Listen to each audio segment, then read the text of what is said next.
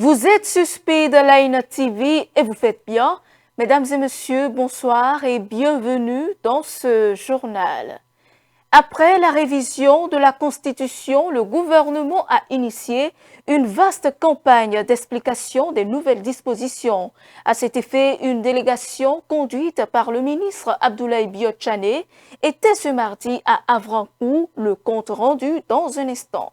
Face à la commission budgétaire, Salimane Karimou, ministre des Enseignements maternels et primaires, a défendu ce lundi le projet de budget de son ministère pour la gestion 2026. Plus de précisions dans un instant. À la page inter, un convoi de 82 citernes d'hydrocarbures en provenance de Niamey est arrivé à Bamako dans le cadre d'un appui officiel du Niger au Mali.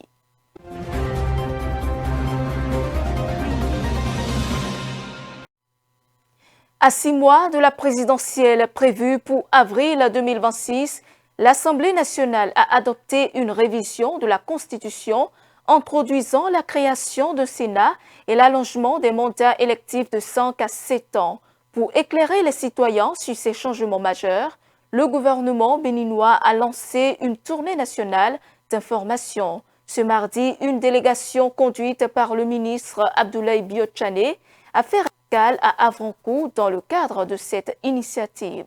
Suivons le contrôle. Depuis quelques jours, le gouvernement béninois mène une vaste tournée nationale destinée à expliquer et vulgariser les réformes inscrites dans la Constitution récemment révisée. Adoptée par l'Assemblée nationale le 15 novembre, cette nouvelle loi apporte des innovations majeures visant à renforcer la stabilité politique et à préserver la paix sociale. C'est dans ce cadre que le ministre d'État chargé du développement et de la coordination Abdoulaye Biot-Chané a effectué une descente à Avrancourt ce mardi 25 novembre.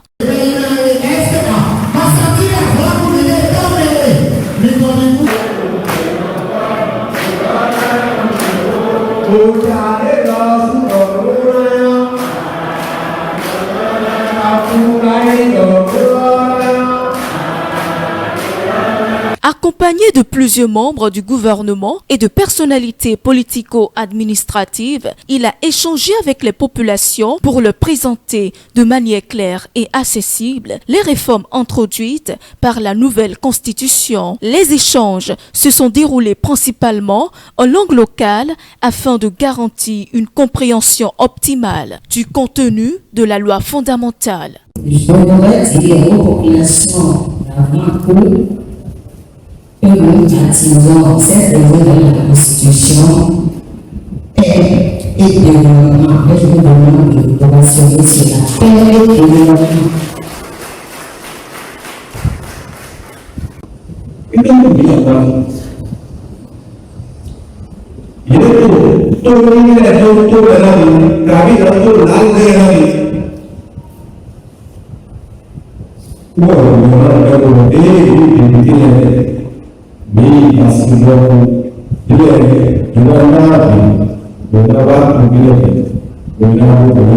Les participants saluent l'initiative du gouvernement et ont profité de l'occasion pour s'informer sur les effets de cette réforme dans leur vie quotidienne.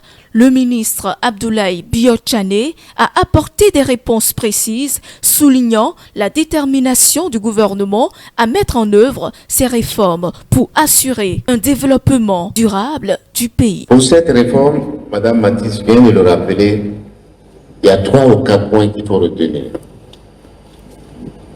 Premièrement, le Sénat, qui est la nouvelle chambre, parce que désormais nous avons 2 chambres. Nous avons l'Assemblée nationale et nous avons le Sénat. L'Assemblée vote les lois, mais le Sénat ne vote pas les lois. Le Sénat a pour responsabilité essentielle de réguler la vie politique dans notre pays. Et pour finir effectivement d'arbitrer entre les institutions, notamment les plus importantes, la présidence, le président de la République et l'Assemblée nationale pour ce qui concerne les lois. Deuxième point important qu'il faut retenir en partant d'ici, c'est le prolongement des mandats des élus de la République. Désormais, le président est élu pour 7 ans. Désormais, les députés sont élus pour 7 ans. Désormais, les conseillers et le maire sont élus pour 7 ans. Troisième point essentiel de la réforme, c'est la trêve, la notion de trêve. La délégation a réaffirmé la volonté du gouvernement de faire de la révision constitutionnelle un instrument de gouvernance renforcé et d'adaptation institutionnelle aux réalités du Bénin d'aujourd'hui. Autre volet de l'actualité, la ministre du Travail et de la Fonction publique, Adidjatou Matis, était ce lundi devant la commission budgétaire de l'Assemblée nationale pour présenter et défendre le budget gestion 2026 de son département. Un budget élaboré en conformité avec les orientations du budget général de l'État et arrimé aux missions essentielles du ministère. Définir, mettre en œuvre et évaluer la politique nationale en matière de travail de fonction publique. Suivant. Les prévisions budgétaires de mon département ministériel, le ministère du Travail et de la Fonction publique, au titre de l'exercice 2026, se monte à 7 960 millions de francs CFA, dont 7 660 millions de francs CFA pour les dépenses ordinaires et 300 millions de francs CFA pour les dépenses en capital. Ces prévisions permettront au ministère, disons, de bien fonctionner, donc serviront au fonctionnement de l'administration du ministère, serviront également à la modernisation de ces outils de gestion pour améliorer la qualité des services rendus aux usagers et serviront enfin à la gestion des 3 projets essentiels que nous avons au niveau de notre département ministériel. En fait, ce n'est pas de nouveaux projets, il s'agit de projets déjà en cours, mais dont l'exécution va se poursuivre au titre de l'exercice 2026. Le premier projet, c'est le projet d'appui à la réforme et à la modernisation de l'administration publique que nous appelons généralement PARMAP. Le deuxième projet, c'est le projet de restructuration et de modernisation de la fonction publique que nous appelons PARMFP. Enfin, nous avons le projet d'appui à la modernisation de la gestion des ressources humaines de l'État pour donner encore plus satisfaction aux agents de l'État, leur permettre de rester à leur poste, de travailler, améliorer leur productivité, leur faire des économies de frais de voyage, réduire aussi les risques d'accident, tout en luttant en même temps contre la corruption parce que cela réduit inévitablement le contact entre les usagers. La plupart ont apprécié, disons, notre intervention, on avait presque réponse à tout. C'est vrai qu'il y a la question des AME sur laquelle beaucoup parmi eux sont revenus, comment nous allons les gérer. Je leur dis que les réflexions se poursuivent au niveau de nos administrations, ministère du Travail et de la Fonction publique, enseignement secondaire, enseignement primaire et économie et finances pour trouver vraiment une voie de sortie de la situation, pour procéder en temps réel à la régularisation de leur situation pour le reversement en agent contractuel de droit public.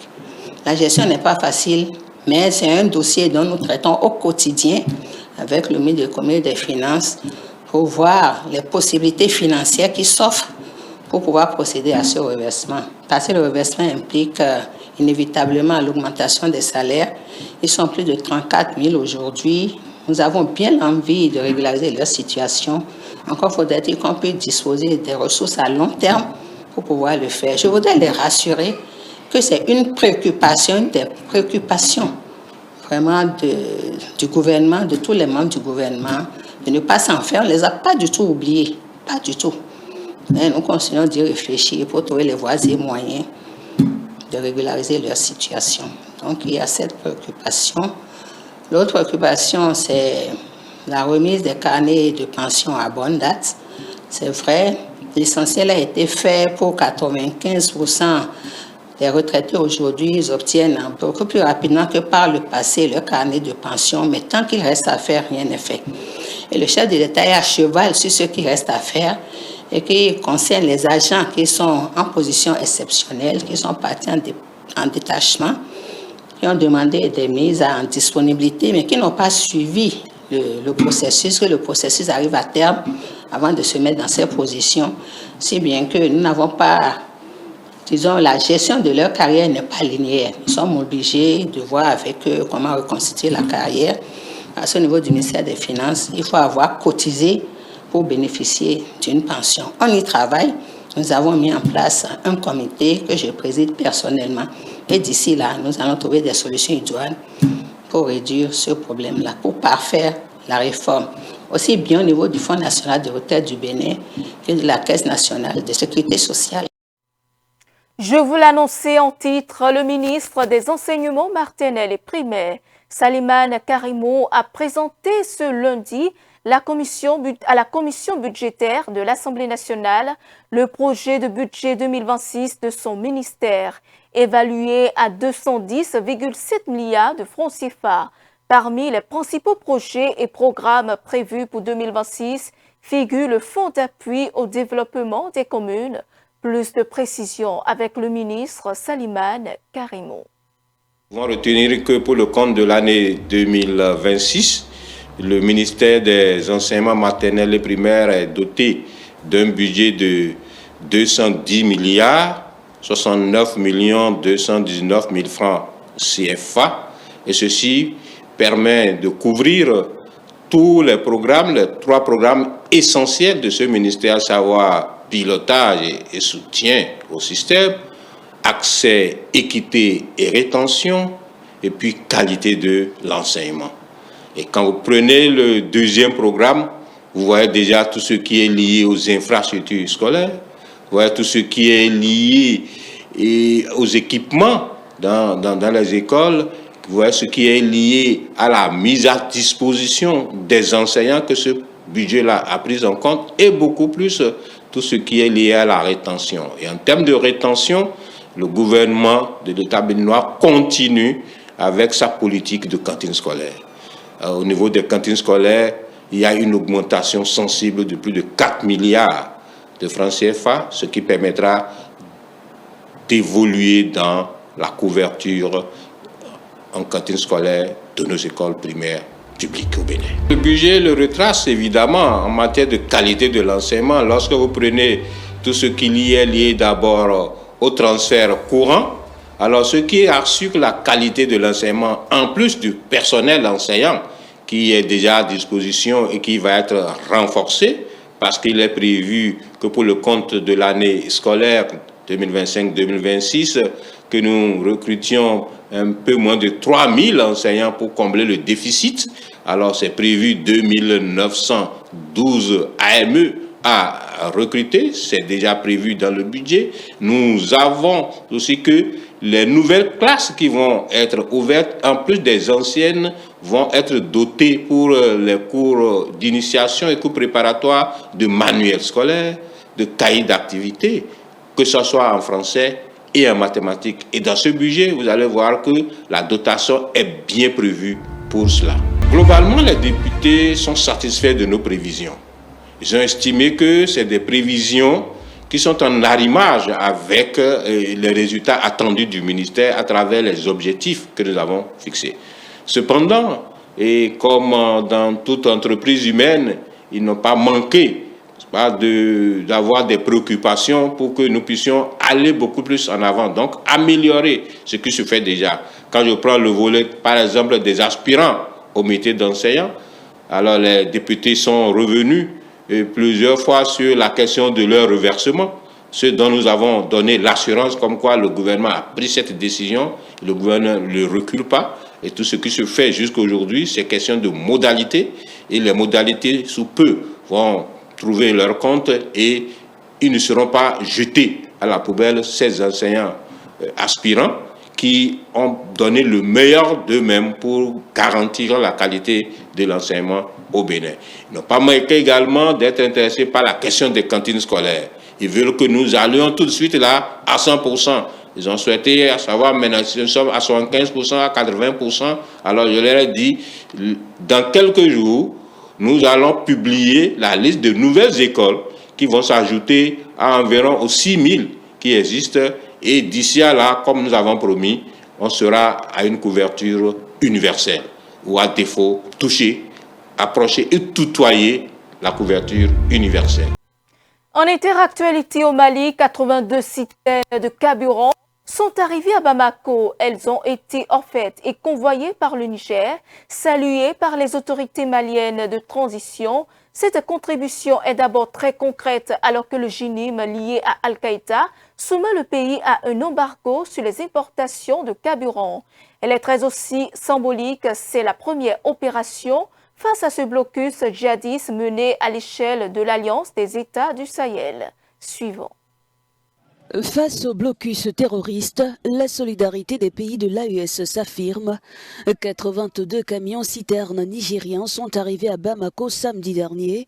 Le convoi a été escorté sur 1400 km en 21 jours par l'armée nigérienne et accueilli en grande pompe par les autorités maliennes.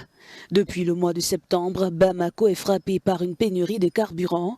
Les djihadistes du JNIM affiliés à Al-Qaïda s'attaquent aux camions-citernes sur les principaux axes routiers menant à la capitale malienne. Conséquence, les écoles et universités ont fermé leurs portes quelques semaines et les prix du carburant sur le marché noir ont explosé. Les robinets des stations-service sont à sec, une stratégie de pression économique que tentent d'imposer les terroristes aux autorités maliennes. Malgré les risques, certains chauffeurs continuent de ravitailler la capitale et ses environs.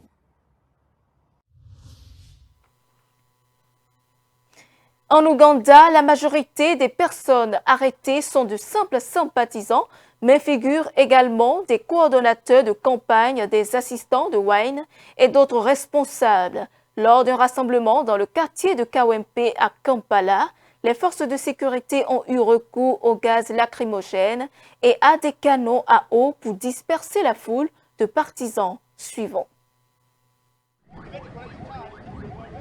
Depuis le lancement de la campagne présidentielle en Ouganda, plus de 300 partisans et responsables du principal parti d'opposition, la Plateforme d'Unité Nationale, ont été arrêtés par les forces de sécurité, selon le porte-parole du parti. Bobi Wine, star de la pop reconverti en homme politique, qui avait terminé deuxième lors du scrutin de 2021, défie une nouvelle fois le président Yoweri Museveni, au pouvoir depuis 1986. Lors des rassemblements de Kampala, les forces de l'ordre ont eu recours à des gaz lacrymogènes, du gaz poivré et des canons à eau pour disperser les foules. Selon le porte-parole de la NUP, ces arrestations viseraient à dissuader et à semer la peur parmi les partisans du candidat. La police, pour sa part, indique que ces interventions ont pour seul objectif de maintenir l'ordre public. Si Museveni est réélu, il porterait à près de 50 ans le cumul de ses mandats à la tête du pays, devenant ainsi le président ayant exercé le pouvoir le plus longtemps en Afrique. L'opposition dénonce déjà des pratiques de fraude électorale et d'intimidation, des accusations rejetées par le pouvoir en place.